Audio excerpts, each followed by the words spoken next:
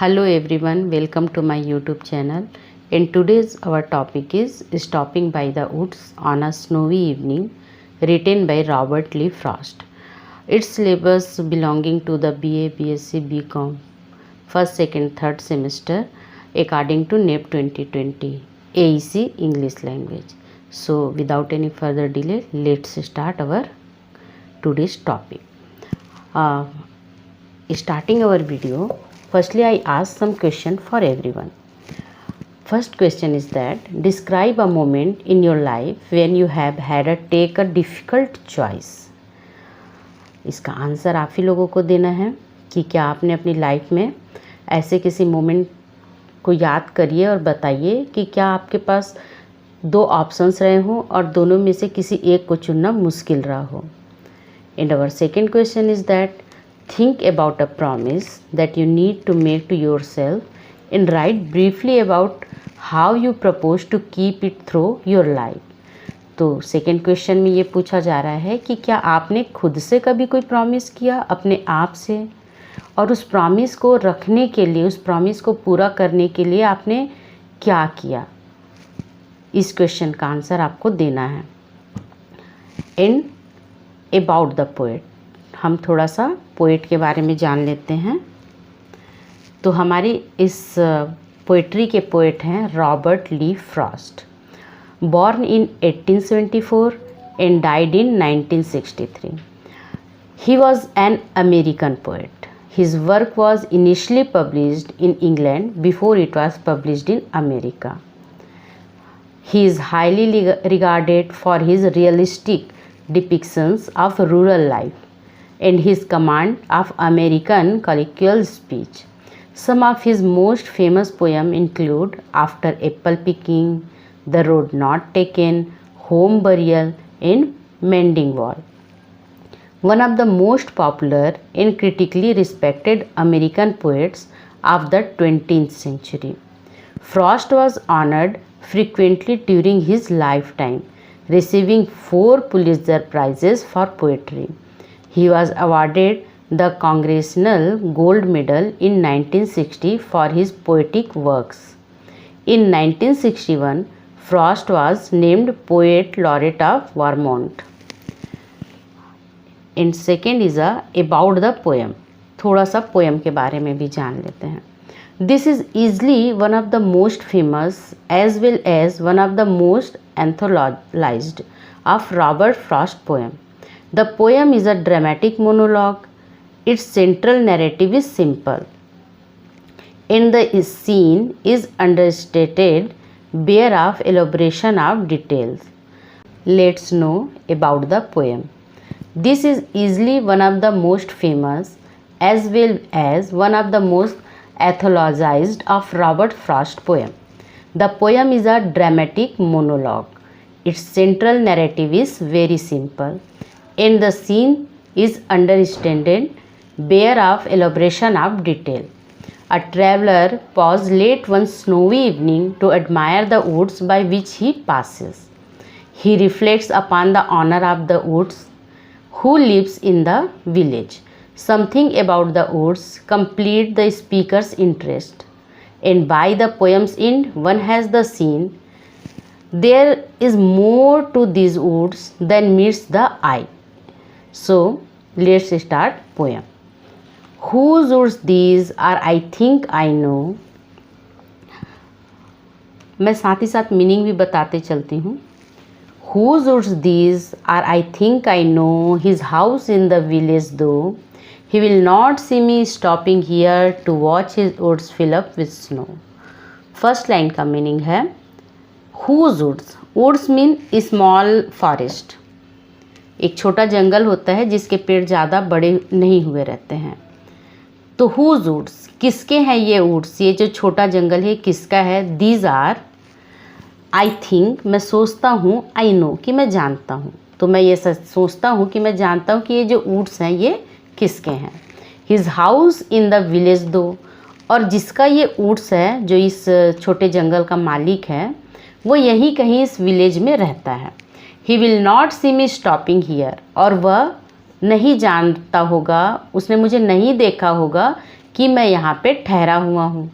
To watch his woods fill up with snow, और वो ये भी नहीं देख पा रहा है कि मैं यहाँ खड़े होकर उसके ऊट्स को देख रहा हूँ जो स्नो से भरे हुए हैं, स्नो से पूरी तरीके से ढके हुए हैं। My little horse must think it queer to stop without a farmhouse near, between the woods and frozen lake, the darkest evening of the year. He gives his harness bell a shake to ask if there is some mistake.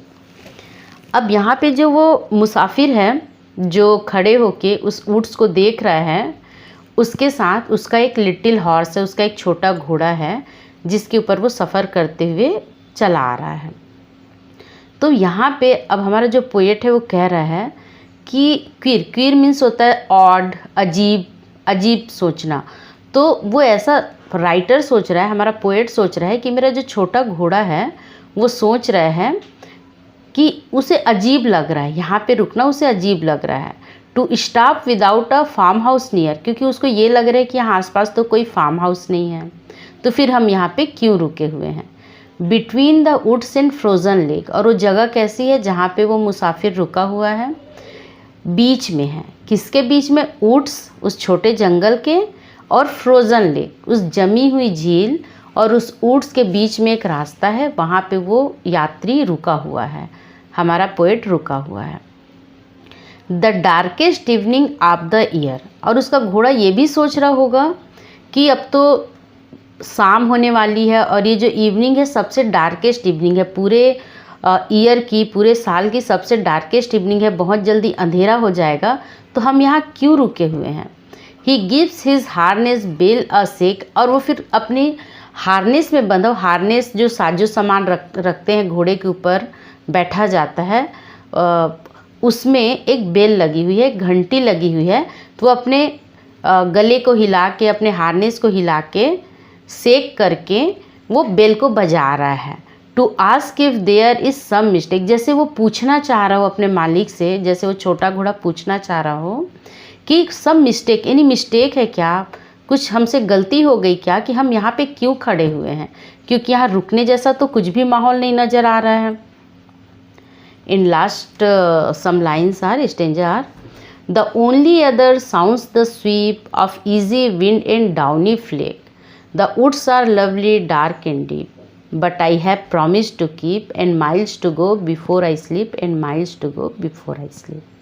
अब इस पूरे environment में आप imagine करिए कि एक मुसाफिर आ रहा है, वो जिस रास्ते पे है, रास्ते की एक साइड ऊट्स है, छोटा जंगल है, एक साइड फ्रोज़न लेक है, जमी हुई झील है, और वो उस खूबसूरती को देख के, ऊट्स में जो स्नो फैला हुआ है, स्नो गिर रही है, वो इतना सुंदर लग रहा है कि वो मुसाफिर कुछ देर वहाँ रुक के उसे देख रहा है।